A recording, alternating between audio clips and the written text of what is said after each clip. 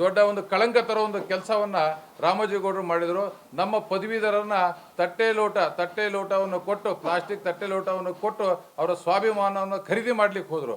ಅದು ನಮ್ಮ ಪೊಲೀಸ್ನವರೆಲ್ಲ ಹಿಡಿದು FIR ಹಾಕಿ ಜಗಜ್ಜಾಹೀರಾಗಿ ನಮ್ಮ ಒಂದು ಪದವೀಧರ ಕ್ಷೇತ್ರಕ್ಕೆ ಒಂದು ಕಳಂಕ ತರೋ ಕೆಲಸವನ್ನು ನಾವು ಈ ರಾಮೋಜಿಗೌಡ ಮಾಡ್ತಾರೆ. ಪದವೀಧರರ ಸ್ವಾಭಿಮಾನವನ್ನು ಪ್ಲಾಸ್ಟಿಕ್ ತಟ್ಟೆ ಲೋಟ ಕೊಟ್ಟು ಪದವೀಧರರ ಭವಿಷ್ಯವನ್ನು ಪ್ಲಾಸ್ಟಿಕ್ ತಟ್ಟೆ ಲೋಟಕ್ಕೆ ಅವರು ಹೋಲಿಸ್ತಾ ಇದ್ದಾರೆ. ಇಂತಹ ಒಂದು ವ್ಯಕ್ತಿಗೆ ಮೊದಲು ಈ ಒಂದು ಕ್ಷೇತ್ರದಿಂದ ಆಚೆ ಹಾಕಬೇಕಂತ ನಮ್ಮ ಕ್ಷೇತ್ರಾದ್ಯಂತ ನಮ್ಮ ಎಲ್ಲ ಪದವೀಧರ ಬಂಧುಗಳು ಇವತ್ತು ಒಕ್ಕೊರಲಿನಿಂದ ಇವತ್ತು ರೆಡಿಯಾಗಿ ಕೂತ್ಕೊಂಡಿದ್ದಾರೆ. ಬೆಂಗಳೂರು ಪದವೀಧರ ಕ್ಷೇತ್ರಕ್ಕೆ ಜೂನ್ 3ರಂದು ಚುನಾವಣೆ ನಡೆಯಲಿದ್ದು, ಇದು ಬೆಂಗಳೂರು ಪದವೀಧರರ ಕ್ಷೇತ್ರಕ್ಕೆ ಪಕ್ಷೇತರ ಅಭ್ಯರ್ಥಿಯಾಗಿ ಸ್ಪರ್ಧಿಸಿರುವ RS ಉದಯ್ ಸಿಂಗ್ ರವರು ಆನಿಕಲ್ ಪಟ್ಟಣದಲ್ಲಿರುವ ಶಿಕ್ಷಣ ಪ್ರೇಮಿ GMR ರವರ ಮನೆಗೆ ಆಗಮಿಸಿ ಮತಯಾಚನೆ ಮಾಡಿದರು. ಇನ್ನು ಈ ವೇಳೆ ಪಕ್ಷೇತರ ಅಭ್ಯರ್ಥಿಯಾದ RS ಉದಯ್ ಸಿಂಗ್ ರವರು ಮಾತನಾಡಿ, ಕಳೆದ 16 ವರ್ಷಗಳಿಂದ ಶಿಕ್ಷಕರ ಸಮಸ್ಯೆಗಳಿಗೆ ಪ್ರಾಮಾಣಿಕವಾಗಿ ಸ್ಪಂದಿಸಿದ್ದೇನೆ. ಪದವೀಧರರ ಮತ್ತು ಶಿಕ್ಷಕರ ಎಲ್ಲ ಸಮಸ್ಯೆಗಳಿಗೆ ಶಾಶ್ವತ ಪರಿಹಾರ ನೀಡಬೇಕು ಎನ್ನುವ ಉದ್ದೇಶದಿಂದ ಬೆಂಗಳೂರು ಪದವೀಧರರ ಕ್ಷೇತ್ರಕ್ಕೆ ಸ್ವತಂತ್ರ ಅಭ್ಯರ್ಥಿಯಾಗಿ ಸ್ಪರ್ಧಿಸಿದ್ದು, ಜೂನ್ 3ರಂದು ನಡೆಯಲಿರುವ ಚುನಾವಣೆಯಲ್ಲಿ ಪದವೀಧರರು ಕ್ರಮ ಸಂಖ್ಯೆ 6ಕ್ಕೆ ಮತ ನೀಡುವ ಮೂಲಕ ನಮ್ಮನ್ನ ಬೆಂಬಲಿಸಿ ಎಂದು ಸಾರ್ವಜನಿಕವಾಗಿ ಮನವಿ ಮಾಡಿದರು. ಇನ್ನು ಈ ವೇಳೆ ಶಿಕ್ಷಣ ಪ್ರೇಮಿ GMR ಮುನಿರಾಜರವರು ಮತ್ತು ದೈಹಿಕ ಶಿಕ್ಷಕರ ಸಂಘದ ಅಧ್ಯಕ್ಷ ಗೋಪಾಲ್ ಮತ್ತು ಅವರ ತಂಡ RS ಉದಯ್ ಸಿಂಗ್ ರವರಿಗೆ ಬೆಂಬಲ ಸೂಚಿಸಿದರು. ಈಗ ಮೊನ್ನೆ ಇನ್ನೊಂದು ದೊಡ್ಡ ಒಂದು ಕಳಂಕ ತರೋ ಒಂದು ಕೆಲಸವನ್ನು ರಾಮೋಜಿಗೌಡರು ಮಾಡಿದರು. ನಮ್ಮ ಪದವೀಧರರನ್ನ ತಟ್ಟೆ ಲೋಟವನ್ನು ಕೊಟ್ಟು, ಪ್ಲಾಸ್ಟಿಕ್ ತಟ್ಟೆ ಲೋಟವನ್ನು ಕೊಟ್ಟು ಅವರ ಸ್ವಾಭಿಮಾನವನ್ನು ಖರೀದಿ ಮಾಡಲಿಕ್ಕೆ ಹೋದರು. ಅದು ನಮ್ಮ ಪೊಲೀಸ್ನವರೆಲ್ಲ ಹಿಡಿದು FIR ಹಾಕಿ ಜಗಜ್ಜಾಹೀರಾಗಿ ನಮ್ಮ ಒಂದು ಪದವೀಧರ ಕ್ಷೇತ್ರಕ್ಕೆ ಒಂದು ಕಳಂಕ ತರೋ ಕೆಲಸವನ್ನು ನಾವು ಈ ರಾಮೋಜಿಗೌಡ ಮಾಡ್ತಾರೆ. ಪದವೀಧರರ ಸ್ವಾಭಿಮಾನವನ್ನು ಪ್ಲಾಸ್ಟಿಕ್ ತಟ್ಟೆ ಲೋಟ ಕೊಟ್ಟು ಪದವೀಧರರ ಭವಿಷ್ಯವನ್ನು ಪ್ಲಾಸ್ಟಿಕ್ ತಟ್ಟೆ ಲೋಟಕ್ಕೆ ಅವರು ಹೋಲಿಸ್ತಾ ಇದ್ದಾರೆ.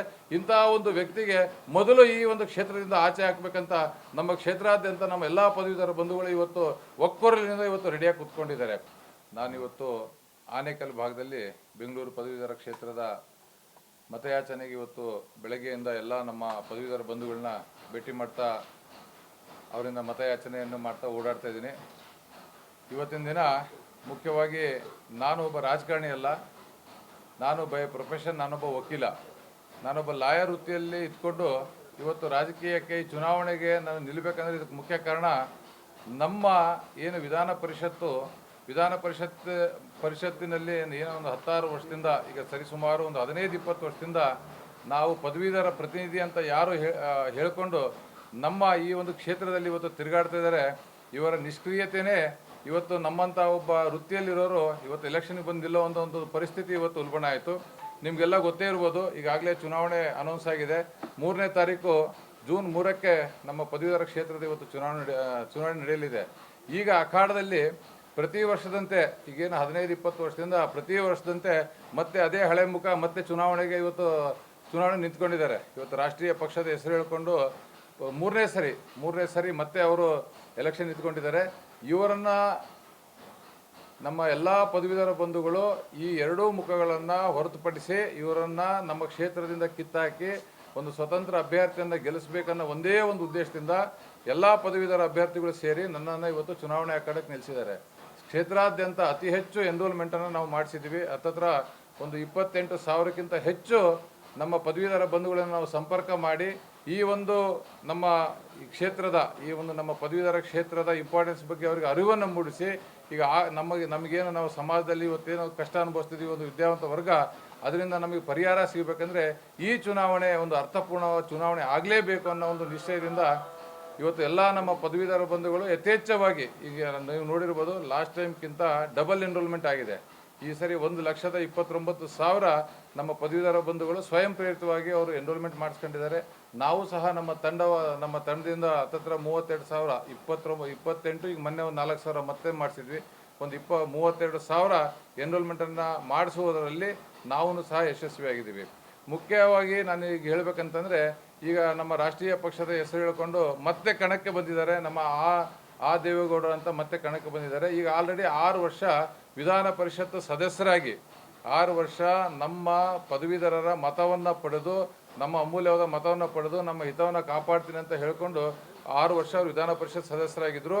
ಆದರೆ 6 ವರ್ಷದಲ್ಲಿ 6 ನಿಮಿಷನೂ ಸಹ ಪದವೀಧರರ ಬಗ್ಗೆ ಅವರು ಚಕಾರ ಎತ್ತಿಲ್ಲ ವಿಧಾನ ಪರಿಷತ್ತಲ್ಲಿ.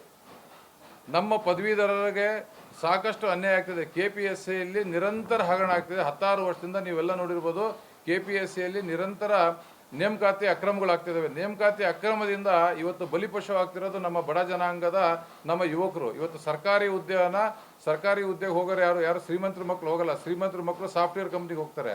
ನಮ್ಮ ಬಡ ಜನಾಂಗ, middle class, below middle class ಜನ ನಾವೆಲ್ಲ ಸರ್ಕಾರಿ ಉದ್ಯೋಗದ ಮೇಲೆ ಡಿಪೆಂಡ್ ಇದ್ದೀವಿ. ಸರ್ಕಾರಿ ಉದ್ಯೋಗಕ್ಕೆ ಒಂದೇ ಒಂದು ನಮಗೆ ಸಂಸ್ಥೆ ಇರೋದು KPSC. ಆ KPSCಯಲ್ಲಿ 16 ವರ್ಷದಿಂದ ನಿರಂತರವಾಗಿ ಹಗರಣಗಳು ನಡೆಯೋದ್ರ ಮುಖಾಂತರ ಇವತ್ತು ಲಕ್ಷಾಂತರ ಯುವಕರು ಭಾಳ ಹಾಳಾಗ್ತಾ ಇದೆ. ಆದರೂ ಸಹ ನಮ್ಮ ಈ MLC ಆಗಿರ್ಬೋದು, ಈಗ ದೇವೇಗೌಡರಾಗಿರ್ಬೋದು, ರಾಮೋಜಿಗೌಡ ಆಗಿರ್ಬೋದು, ಇವರಿಬ್ಬರು ಸಹ 18 ವರ್ಷದಿಂದ ಕ್ಷೇತ್ರದಲ್ಲಿ ನಾವು ಪದವೀಧರ ಪ್ರತಿನಿಧಿ ಅಂತ ಓಡಾಡ್ತಾ ಇದ್ದಾರೆ. ಯಾರೂ ಸಹ ಇವತ್ತು ಆ ಒಂದು ಅಕ್ರಮದ ವಿರುದ್ಧ ಯಾರೂ ಮಾತಾಡಿಲ್ಲ. ಜೊತೆಗೆ ಸರ್ಕಾರದಲ್ಲಿ 2,75,000 ಹುದ್ದೆ ಇವತ್ತು ಖಾಲಿ ಇದ್ದಾವೆ.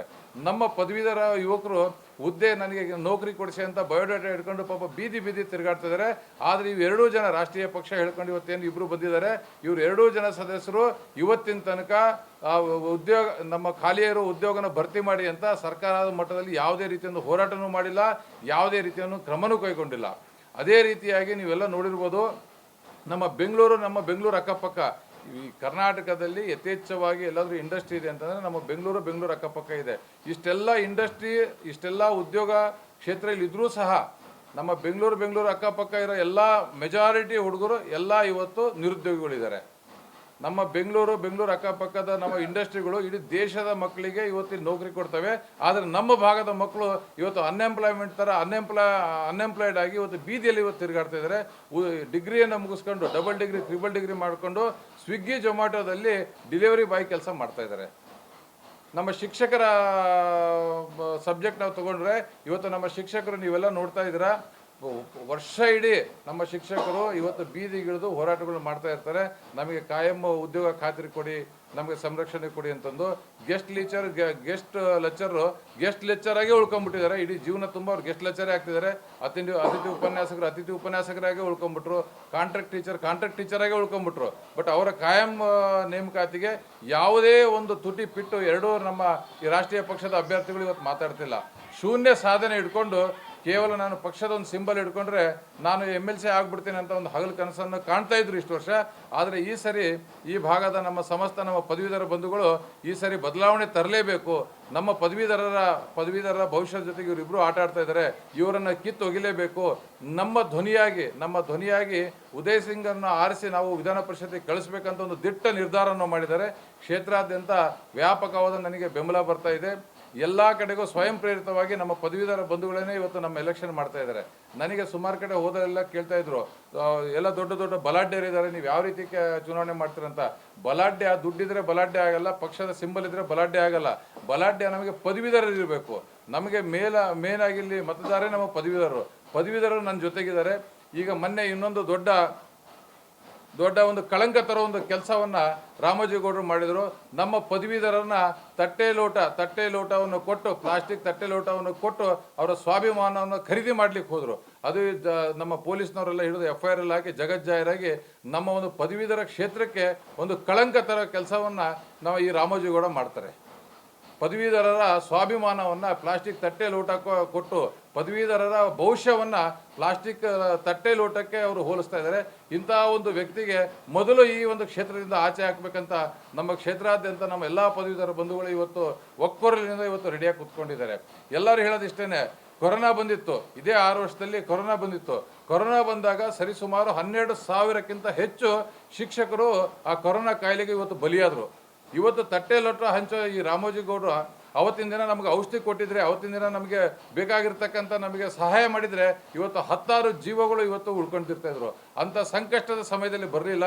ಇವತ್ತು ನಾನು ಕೇವಲ ಒಂದು MLC ಆಗಬೇಕಂತ ಹಗಲು ಕನಸನ್ನು ಕಂಡು ನಾವು ತಟ್ಟೆ ಕೊಡ್ತೀನಿ, ನಾನು ಲೋಟ ಕೊಡ್ತೀನಿ, ನಾನು ಪಾರ್ಟಿ ಕೊಡ್ತೀನಿ ಅಂತಂದು ಆ ಪಾರ್ಟಿ ಕಲ್ಚರನ್ನು ಈ ಪದವೀಧರ ಕ್ಷೇತ್ರಕ್ಕೆ ತರುವ ಮುಖಾಂತರ ಪದವೀಧರರು ಇವತ್ತು ತಲೆ ತಗ್ಸುವಂಥ ಕಳಂಕಿತ ಕೆಲಸವನ್ನು ರಾಮೋಜಿಗೌಡ ಮಾಡಿದ್ದಾರೆ. ನೀವೆಲ್ಲ ನೋಡೇ ಇರ್ಬೋದು.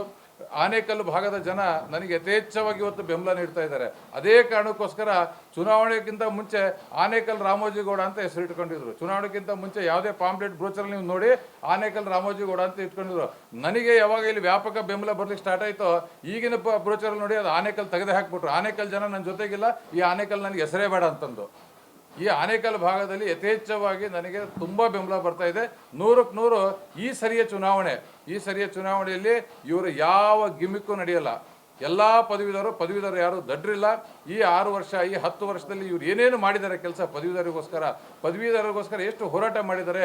ಇವರ ನಿಷ್ಕ್ರಿಯತೆಯಿಂದ ಇವತ್ತು ಲಕ್ಷಾಂತರ ಯುವಕರ ಭವಿಷ್ಯ ಇವತ್ತು ಕಂಗಾಲಾಗಿದೆ. ಇವತ್ತು ಬೀದಿಯಲ್ಲಿ ನಿಂತ್ಕೊಂಡು ಬೀದಿ ತಿರುಗಾಡ್ತಾ ಇದ್ರು, ಅವ್ರಿಗೆ ಇವತ್ತು ನೌಕರಿ ಸಿಗ್ತಾ ಇಲ್ಲ. ಸರ್ಕಾರದ ಮಟ್ಟದಲ್ಲಿ ಇವರು ವಾಯ್ಸೇ ಇಲ್ಲ. ಇವತ್ತು ಗೆಲ್ಲಬೇಕು ಅಂತ ಬರ್ತಾರೆ, ಗೆದ್ದು ಹೋಗ್ತಾರೆ, ಇಲ್ಲ ರಾಷ್ಟ್ರೀಯ ಪಕ್ಷದ ಚಿಹ್ನೆ ನಮಗೆ ಗೆಲ್ಲಿಸ್ತಾರೆ ಅಂತಂದು ಬರ್ತಾರೆ, ಏನು ಕೆಲಸ ಮಾಡ್ತಾ ಇಲ್ಲ. ಇವರ ನಿಷ್ಕ್ರಿಯತೆಗೆ ನಮ್ಮ ಪದವೀಧರರು ಈ ಸರಿ ತಕ್ಕ ಪಾಠವನ್ನು ಕಲಿಸ್ತಾರೆ. 6ನೇ ತಾರೀಕು ಒಂದು ದೊಡ್ಡ ಒಂದು ನಮ್ಮ ಇಲ್ಲಿನ ಒಂದು ನಮ್ಮ ರಿಸಲ್ಟು ಇಡೀ ರಾಜ್ಯಕ್ಕೆ ಒಂದು ದಿಕ್ಸೂಚಿ ಆಗೋ ರಿಸಲ್ಟ್ ಬರ್ತಾ ಇದೆ ಅಂತ ನಾನು ಈ ಮುಖಾಂತರ ತಮಗೆ ಹೇಳಲಿಕ್ಕೆ ಬಯಸ್ತೇನೆ.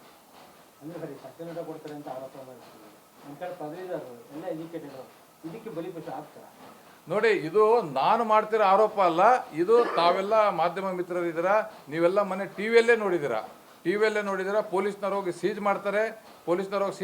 ಆ ಡಬ್ಬಿ ಮೇಲೆ ಇವ್ರದೇ ಮುಖ ಕಾಣ್ತಾ ಇದೆ. ಇವ್ರು ಎಲ್ಲೂ ಬಂದು ನಂದಲ್ಲ ಅಂತ ಹೇಳಿಲ್ಲ. ಇವ್ರ ಮೇಲೆ 3 FIR ಆಯಿತು. ಇವ್ರ ಮೇಲೆ ಆಲ್ರೆಡಿ 3 ಕೇಸ್ ಆಯಿತು. ಎಲ್ಲೂ ಬಂದು ನಂದಲ್ಲ ಇದು ಡಬ್ಬಿ ಅಂತ ಎಲ್ಲಿ ಹೇಳಿದ್ರು ಮತ್ತೆ? ಸೊ ಆ ರೀತಿಯ ಆಮಿಷವನ್ನು ಕೊಟ್ಟು ಗಿಫ್ಟಲ್ಲಿ DTDC ಕೊರಿಯರ್ ಮುಖಾಂತರ ಕಳಿಸ್ಕೊಡ್ತಾ ಇದ್ದಾರೆ ಪದವೀಧರ ಭವಿಷ್ಯವನ್ನು ಪ್ಲಾಸ್ಟಿಕ್ ತಟ್ಟೆ ಲೋಟಕ್ಕೆ ಸಮ ಅಂತ ಒಂದು ಭಾವನೆ ಅವರಿಗಿದೆ. ಪದವೀಧರರ ಬಗ್ಗೆ ಅವ್ರಿಗೆ ಗೌರವನೇ ಇಲ್ಲ. ಪದವೀಧರರ ಒಂದು ಆತ್ಮಗೌರವವನ್ನು ನಾನು ತಟ್ಟೆ ಲೋಟದಿಂದ ಕೊಂಡ್ಕೊಳ್ತೀನಿ ಅಂತ ಹೊರಟಿದ್ದಾರೆ. ಇದು ನನ್ನ ಅಲಿಗೇಷನ್ ಅಲ್ಲ, ಅವರು ಮಾಡಿರ್ತಕ್ಕಂಥ ಕೃತ್ಯ ಇದು.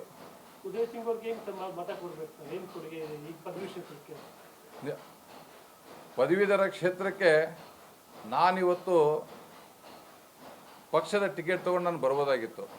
ಪಕ್ಷದ ಟಿಕೆಟ್ ತೊಗೊಂಡೇ ಇರೋಕ್ಕೆ ಒಂದೇ ಒಂದು ಕಾರಣ, ನನ್ನ ಒಂದು ಕೆಲಸ ಕಾರ್ಯ, ನಾನೇನು ಈಗ 16 ವರ್ಷದಲ್ಲಿ ನಾನೇನು ಕೆಲಸ ಮಾಡಿದ್ದೀನಿ ಅದ್ರ ಮೇಲೆ ನನಗೆ ವಿಶ್ವಾಸ ಇದೆ.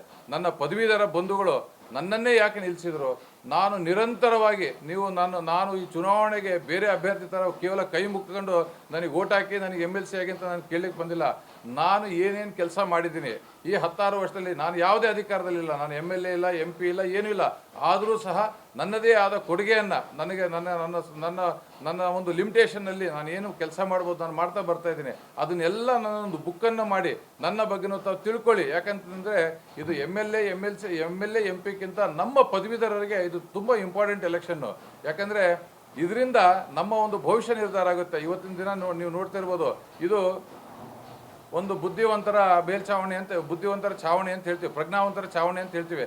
ಆದರೆ ಇವತ್ತಿನ ದಿನ ಅಲ್ಲಿ MLCಗಳು ಯಾರು ಬಾಯ ಬಿಡ್ತಾ ಇಲ್ಲ. ಅಲ್ಲಿಗೆ ಪಾರ್ಟಿ ಫಂಡ್ ಕೊಟ್ಟು ಹೋಗ್ತಿರೋರು, ರಿಯಲ್ ಎಸ್ಟೇಟ್ ಅವರು ಬರೀ ಇವರೇ ಕಾಣ್ತಾ ಇದ್ದಾರೆ. ಅದಕ್ಕೋಸ್ಕರ ನಾನೂ ಸಹ ಈಗ 16 ವರ್ಷದಿಂದ KPSC ಹಗರಣದಲ್ಲಿ ಯಾರಿಗೆ ಅಕ್ರಮದಲ್ಲಿ ಸಿಲುಕಿ ಇವತ್ತು ನಮ್ಮ ಮಕ್ಕಳು ಯಾರು ಇವತ್ತು ಸಫರ್ ಪಡ್ತಾ ಇದ್ದಾರೆ ಅವರ ಪರವಾಗಿ ಸರಿಸುಮಾರು 200ಕ್ಕಿಂತ ಹೆಚ್ಚು ಕೇಸು ನಾನು ಕೋರ್ಟಲ್ಲಿ 10 ಪೈಸಾ ಫೀಸ್ ತೊಗೊಂಡಲ್ಲಿ ನಾನು ಮಾಡ್ತಾ ಇದ್ದೀನಿ. ನಾನೊಂದು 4-5 ಜನ ನಮ್ಮ ವಕೀಲರದೊಂದು ಟೀಮ್ ಮಾಡ್ಕೊಂಡೆ. ನಾನು ಇಲ್ಲಿ ಬೆಂಗಳೂರಿಗೆ ಬಂದಾಗ ಯಾವುದೇ ಬಡವರು ಬಂದರೆ, ಯಾವುದೇ ಮಿಡ್ಲ್ ಕ್ಲಾಸ್ ಬಡವರು ಬಂದು ಹೈಕೋರ್ಟ್ ಫೀಸ್ ಕಟ್ಟೋಕ್ಕಾಗಲ್ಲ ಅಂದರೆ ಫ್ರೀ ಆಫ್ ಕಾಸ್ಟ್ ಅವ್ರಿಗೆ ನಾನು ಸರ್ವಿಸ್ ಕೊಡ್ತಾ ಬರ್ತಾ ಇದ್ದೀನಿ. ಜೊತೆಗೆ ಕೊರೋನಾ ಬಗ್ಗೆ ನಾನು ತಮ್ಮ ಹತ್ರ ಹೇಳ್ಕೊಂಡೆ. 12,000ಕ್ಕಿಂತ ಹೆಚ್ಚು ಶಿಕ್ಷಕರು ಅವತ್ತಿನ ದಿನ ನಮಗೆ ಮೆಡಿಸಿನ್ ಸಿಕ್ಕಿಲ್ಲ ಅಂತ ಅವತ್ತು ಅವರು ಜೀವನ ಕಳ್ಕೊಂಡ್ರು. ಆ ಕೊರೋನಾ ಸಂದರ್ಭದಲ್ಲಿ ಸತತವಾಗಿ 1 ವರ್ಷಕ್ಕಿಂತ ಹೆಚ್ಚು ನಾನು ಬೀದಿಯಲ್ಲಿ ಯಾರಿಗೆ ಏನು ಅವಶ್ಯಕತೆ ಇದೆ ಅವರಿಗೆ ಔಷಧಿ ಕೊಡ್ತಾ ಇದ್ದೆ, ಫುಡ್ ಕೊಡ್ತಾ ಇದ್ದೆ. ನಾನು ಅದನ್ನು ಯಾವತ್ತೂ ಪ್ರಚಾರ ಮಾಡ್ಕೊಂಡಿಲ್ಲ. ಆದರೆ ಚುನಾವಣೆ ನಿಂತಾಗ ನೀವೇನು ಮಾಡಿದ್ದೀರಿ ಅಂತ ಕೇಳ್ತಾರೆ. ಅದಕ್ಕೆ ನನ್ನ ಒಂದು ಇದರಲ್ಲಿ ನಾನು ಬುಕ್ಕಲ್ಲಿ ಆ ಫೋಟೋ ಸಮೇತ ನಾನು ಹಾಕಿದ್ದೀನಿ. ರಿಕ್ಷಾದವರಿಗೆ ಸಂಕಷ್ಟ ಬಂದಾಗ ಅವ್ರ ಜೊತೆ ನಿಂತ್ಕೊಂಡಿದ್ದೆ, ಅವ್ರು ನಾನು ವೋಟರ್ ಅಲ್ಲ. ಕೂಲಿ ಕಾರ್ಮಿಕರಿಗೆ ಸಂಕಷ್ಟ ಬಂದಾಗ ನಾನು ಅವ್ರ ಜೊತೆ ನಿಂತ್ಕೊಂಡಿದ್ದೆ, ಅವರು ನಾನು ವೋಟರ್ಸ್ ಅಲ್ಲ.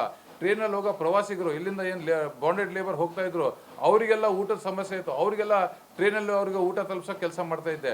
ಇದೆಲ್ಲ ಕೆಲಸ ನಾನು ಸಮಾಜಮುಖಿಯಾಗಿ ನಾನು ಮಾಡ್ಕೊಂಡು ಬಂದಿದ್ದಾರೆ. ಯಾಕಂತಂದರೆ ಎಲ್ಲೋ ಒಂದು ಕಡೆಗೆ ನಮ್ಮ ಪದವೀಧರ ಬಂಧುಗಳು ಭಾಳಷ್ಟು ಸಂಕಷ್ಟವನ್ನು ಅನುಭವಿಸ್ತಿದ್ದಾರೆ. ಅವರ ಬಗ್ಗೆ ಇವತ್ತು ಧ್ವನಿ ಎತ್ತರೂ ಇಲ್ದಂಗೆ ಆಗಿದೆ. ಇವತ್ತು ನೀವು ಸೂಕ್ಷ್ಮವಾಗಿ ನೀವು ಗಮನಿಸಿ, ತಾವೆಲ್ಲ ಪದವೀಧರಿದ್ದೀರ, ವಿದ್ಯಾವಂತರಿದ್ದೀರ. ಇವತ್ತು ನಮ್ಮ ಒಂದು ಡಿಗ್ರಿ ಮಾಡಿದ್ದೀನಿ ಅಂತಂತ ನಮ್ಮ ಹುಡುಗ ಬಯೋಡಾಟಾ ತೊಗೊಂಡೋದ್ರೆ 6,000-8,000 ಸಂಬಳ ಕೊಡ್ತಾರೆ ಪ್ರೈವೇಟ್ ಸೆಕ್ಟರಲ್ಲಿ. ಆದರೆ ಜೈಲಲ್ಲಿರೋ ಕೈದಿಗೆ 15,890 ರೂಪಾಯಿ ಸಂಬಳ ಇದೆ, ಕನಿಷ್ಠ ಸಂಬಳ. ಜೈಲಲ್ಲಿ ಸಮಾಜದಲ್ಲಿ ಅಪರಾಧ ಮಾಡ್ಕೊಂಡು ಯಾರು ಜೈಲಿಗೆ ಹೋದರೆ ಅವ್ರಿಗೆ 15,000 ಅದು 16,000 ರೂಪಾಯಿ ಹತ್ತಿರ ಸಂಬಳ ಇದೆ, ಗರಿಷ್ಠ ಸಂಬಳ 20,000 ಇದೆ. ಒಬ್ಬ ಜೈಲಲ್ಲಿರೋ ಖೈದಿಗೆ ಸಿಗುವ ಒಂದು ಸೌಕರ್ಯನೂ ಇವತ್ತು ನಮ್ಮ ಪದವೀಧರ ಬಂಧುಗಳಿಗೆ ಸಿಗ್ತಾ ಇಲ್ಲ. ಇದ್ರ ಬಗ್ಗೆ ಯಾರು ಮಾತಾಡಬೇಕು? ನಮ್ಮ ಪದವೀಧರರ ಬಗ್ಗೆ ಯಾರು ಮಾತಾಡಬೇಕು? ಈ ಪದವೀಧರ ಕ್ಷೇತ್ರದಿಂದ ಗೆದ್ದೋಗಿರೋ MLCಗಳು ಮಾತಾಡಬೇಕು. ಕಣ್ಣೆದುರುಗಡೆ ಖೈದಿಗೆ 20,000 ಸಂಬಳ ಕೊಡ್ತಾರೆ, ಪದವಿ ಮಾಡ್ಕೊಂಡು ಬಂದ ಒಬ್ಬ ಯುವಕನಿಗೆ 8,000 ಸಂಬಳ ಕೊಡ್ತಾರೆ. ಇಂಥ ಒಂದು ಅನಾಹುತ, ಇಂಥ ಒಂದು ಶೋಷಣೆ ನಮ್ಮ ಪದವೀಧರ ಬಂಧುಗಳಿಗೆ ನಡೀತಾ ಇದೆ. ಜೊತೆಗೆ ಶಿಕ್ಷಕರಂದ್ರೆ they are the architect of the society. ಇವತ್ತು ನಾನಾಗಿರ್ಬೋದು, ಯಾರೇ ಆಗಿರ್ಬೋದು, ನಾವೆಲ್ಲಿ ಇವತ್ತು ನಿಂತ್ಕೊಂಡಿದ್ದೀವಿ ಅಂತಂದರೆ ಅದರ ಬೆನ್ನಿಂದ ನಮ್ಮ ಶಿಕ್ಷಕರ ಪಾತ್ರ ಹೆಚ್ಚು. ತಂದೆ ತಾಯಿ ಜನ್ಮ ನೀಡ್ತಾರೆ, ನಮ್ಮ ಶಿಕ್ಷಕರು ನಮಗೆ ವಿದ್ಯಾಬುದ್ಧಿಯನ್ನು ನೀಡಿ ನಮ್ಮ ಕಾಲ ಮೇಲೆ ನಿಲ್ಲೋ ರೀತಿ ಮಾಡ್ತಾರೆ. ಅಂಥ ಶಿಕ್ಷಕರ ಶೋಚನೀಯ ಪರಿಸ್ಥಿತಿ ಹೇಳಲಿಕ್ಕಾಗಲ್ಲ. ನೀವು ಈ ಒಂದು ವರ್ಷದಲ್ಲಿ ನೋಡಿ, ಈ ಕಡೆಯಿಂದ ಒಬ್ರು ಪಾದಯಾತ್ರೆ ಬರ್ತಾರೆ, ನೀವು ಫ್ರೀಡಮ್ ಪಾರ್ಕಲ್ಲಿ ಬನ್ನಿ, ಯಾವಾಗಲೂ ಪಾಪ ಶಾಮಿಯಾನ ಹಾಕೊಂಡು ಕೂತ್ಕೊಂಡಿರ್ತಾರೆ. ಅವ್ರಿಗೆ ಎಷ್ಟು ಸಂಬಳ ಕೊಡ್ತಾರೆ? 8,000 10,000 ಸಂಬಳ ಕೊಡ್ತಾರೆ. ಅವ್ರಿಗೆ ಹೊಟ್ಟೆಗೂ ಹೋಗಲ್ಲ, ಬಟ್ಟೆಗೂ ಹೋಗಲ್ಲ. ಆದರೂ ಸಹ ನಗ್ನಗ್ತಾ ಪಾಪ ಪಾಠ ಮಾಡ್ತಾ ಇರ್ತಾರೆ. ಅವ್ರ ಸಂಕಷ್ಟ ಯಾರು ಕೇಳಬೇಕು? ಈ ಪದವೀಧರ ಕ್ಷೇತ್ರದಿಂದ ಗೆದ್ದೋಗಿರ್ತಕ್ಕಂಥ MLCಗಳು ಮಾತಾಡಬೇಕು. ತುಟಿ ಪಿಟ್ ಅಂತಿಲ್ಲ ವಿಧಾನ ಪರಿಷತ್ತಲ್ಲಿ ಕೂತ್ಕೊಂಡು. ಗೆದ್ದವರಂತೂ ತುಟಿ ಪಿಟ್ ಅಂತಿಲ್ಲ. 18 ವರ್ಷದಿಂದ ನೀವು ನನಗೆ ಮತ ಹಾಕಿ ನಾನು ಗೆದ್ರು ನಿಮ್ಮ ಜೊತೆಗೆ ಇರ್ತೀನಿ, ಸೋತರು ನಿಮ್ಮ ಜೊತೆಗೆ ಇರ್ತೀನಿ ಅಂತ ರಾಮೋಜಿ ತಿರುಗಾಡ್ತಾರೆ. ಅವರನ್ನು ಸಹ ಯಾವ ಒಂದು ಹೋರಾಟ ಮಾಡ್ತಾ ಇಲ್ಲ. ಚುನಾವಣೆ ಬಂದ ತಕ್ಷಣ ನಾನು MLC ಆಗಬೇಕನ್ನೋ ಒಂದೇ ಒಂದು ಕನಸು ಇವರಿಗೆ. MLC ಏನಕ್ಕೆ ಆಗ್ಬೇಕು? ನಾನು ಇದರ ಅವಶ್ಯಕತೆ ಏನಿದೆ ಸಮಾಜಕ್ಕೆ? ಅವ್ರು ನನ್ನನ್ನು ಏನಕ್ಕೆ ಆಯ್ಕೆ ಮಾಡ್ತಾರೆ? ಅದಕ್ಕೆ ಪೂರ್ವಕವಾಗಿ ನಾನು ಏನು ಕೆಲಸ ಮಾಡಬೇಕನ್ನೋ ಒಂದು ಮಿನಿಮಮ್ ಕನಿಷ್ಠ ಜ್ಞಾನನೂ ಈ 2 ಅಭ್ಯರ್ಥಿಗಳಿಗಿಲ್ಲ. ಅದನ್ನೇ ಇವೆಲ್ಲ ನಮ್ಮ ಪದವೀಧರ ಬಂಧುಗಳು ಈ ಸರಿ ಡಿಸೈಡ್ ಮಾಡಿದ್ದಾರೆ. ರಾಜಧಾನಿಯಲ್ಲಿ ಈ ಥರ ಇವರೇನು ಗುತ್ತಿಗೆ ತೊಗೊಂಡ್ಬಿಟ್ಟಿದ್ದಾರೆ 20 ವರ್ಷದಿಂದ, ಇವರೇ 2 ಫೇಸು ಗುತ್ತಿಗೆ ತೊಗೊಂಡ್ಬಿಟ್ಟಿದ್ದಾರೆ. ಇದಕ್ಕೆ ಕಡಿವಾಣ ಹಾಕಬೇಕು. ಈ ಸರಿಯ ಚುನಾವಣೆ ಪದವೀಧರರಿಗೆ ಉದ್ಯೋಗ ಕೊಡಿಸೋ ಕಡೆ ನಿಟ್ಟಿನಲ್ಲಿ ಹೋಗಬೇಕು. ಈ ಸರಿಯ ಚುನಾವಣೆ KPSCಯಲ್ಲಿ ಆಗ್ತಿರ್ತಕ್ಕಂಥ ಹಗರಣಗಳನ್ನು ನಿಲ್ಲಿಸೋ ಕಡೆಗೆ ಹೋಗಬೇಕು. ಈ ಸರಿಯ ಚುನಾವಣೆ ಪದವೀಧರ ಆತ್ಮಗೌರವವನ್ನು ಕಾಪಾಡೋ ಕಡೆ ಹೋಗ್ಬೇಕಂತ ನನಗೆ ಎಲ್ಲ ಕಡೆಯಿಂದ ಇವತ್ತು ವ್ಯಾಪಕ ಬೆಂಬಲವನ್ನು ಕೊಡ್ತಾ ಇದ್ದಾರೆ. 6ನೇ ತಾರೀಕಿನ ರಿಸಲ್ಟ್ ಬಂದಾಗ ನೋಡಿ, ಸೀರಿಯಲ್ ನಂಬರ್ 6 ಉದಯ್ ಸಿಂಗ್ ಅಂತ ನನ್ನ ಹೆಸರು. 100ಕ್ಕೆ 100 ನನ್ನ ಗೆಲುವು ಖಚಿತ ಇದೆ.